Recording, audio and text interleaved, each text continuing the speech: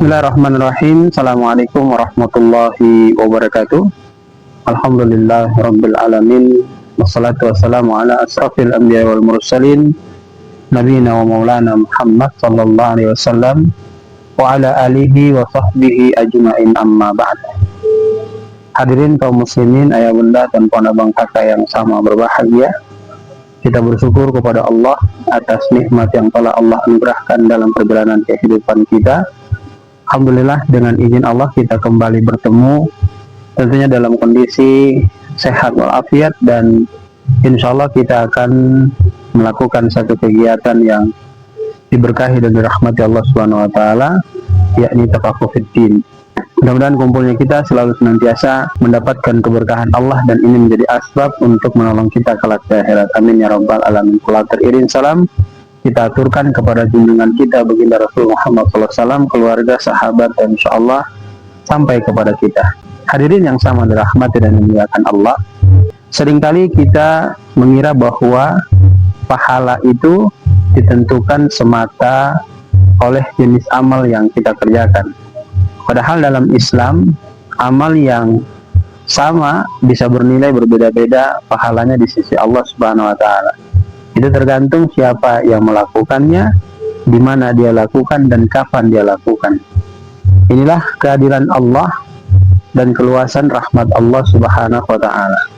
Dalam Quran surat Al-An'am ayat 132, Allah memberikan keterangan kepada kita dalam firman-Nya, walikulli darajatun mimma amilu, dan bagi masing-masing orang ada derajat, maksudnya ada balasan sesuai dengan apa yang mereka kerjakan. Artinya amal itu dinilai bertingkat, bukan sama rata. Walau bentuk amal itu terlihat sama dan kemudian dikerjakan dengan orang yang berbeda. Lalu pada Quran surat Al-Hujurat ayat 13, Allah memberikan ketegasan kepada diri kita, inna akramakum indallahi atqakum. Sesungguhnya yang paling mulia di sisi Allah di antara kalian adalah orang-orang yang bertakwa. Maksudnya jamaah, orang yang berbeda tingkatan takwanya, pasti berbeda pula nilai amalnya di hadapan Allah Subhanahu wa Ta'ala. Lalu kemudian di dalam hadis riwayat Bukhari Muslim, Nabi SAW menjelaskan kepada kita dengan sabdanya, innamal a'malu binniyat wa innamal likulli imri'in ma nawa, faman kanat hijratuhu ila Allah wa rasulihi fa hijratuhu ila Allah wa rasulihi wa man kanat hijratuhu lidunya yusibuha aw imra'atin yankihuha fa hijratuhu ila ma hajara ilaih. Dua orang yang melakukan amal yang sama tetapi memiliki pahala yang berbeda oleh karena terletak pada niat masing-masing. Yang satu lillah, karena Allah, maka dia akan mendapatkan pahala. Yang satu dia ingin mendapatkan dunia dan perempuan, maka dia tidak akan mendapatkan pahala.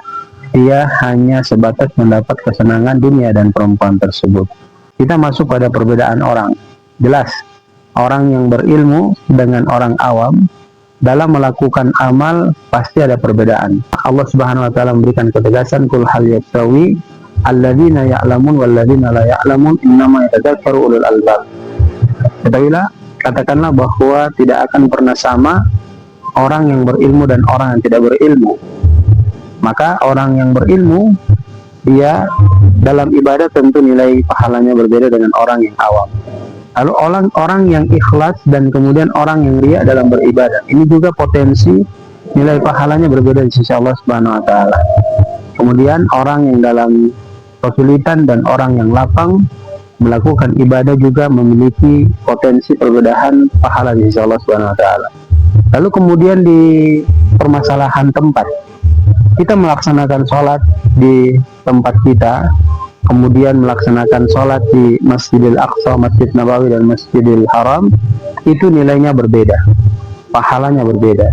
Lalu orang yang melaksanakan sholat di masjid dan di rumah tentu nilainya berbeda juga.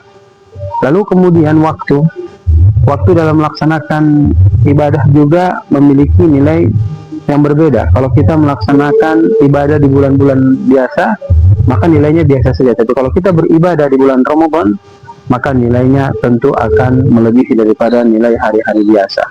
Hadirin yang sangat dirahmati dan dimuliakan Allah, ada 7 hal penting yang bisa kita petik dari pembelajaran singkat ini. Yang pertama, amal tidak dinilai dari bentuk, tapi dilihat dari kualitas. Yang kedua, ikhlas itu adalah merupakan ukuran terbaik dan terbesar dalam perbedaan pahala yang kita dapatkan dalam melakukan amal.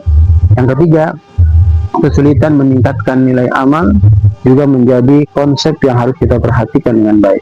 Yang keempat, ketika kita beribadah di tempat yang mulia, maka Allah akan melipat gandakan pahala untuk diri kita.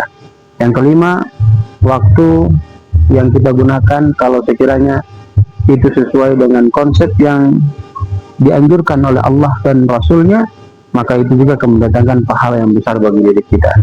Yang keenam, jamaah, kondisi kita juga dalam beramal itu adalah merupakan salah satu kunci untuk menentukan besar kecilnya pahala yang kita dapatkan. Dan yang ketujuh, Allah itu maha adil dan maha mengetahui niat hambanya.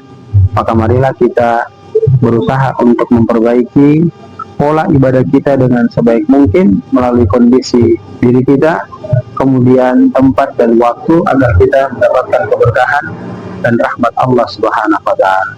Hadirin yang sama dirahmati dan dimuliakan Allah, maka Imam An-Nawawi menyampaikan kepada kita keutamaan amal berbeda sesuai dengan niat, waktu, dan kondisi pelakunya.